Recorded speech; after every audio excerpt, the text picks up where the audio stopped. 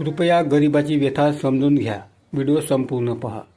कसं आहे, मी या चॅनलवर आधी मोठे व्हिडिओ टाकत होतो.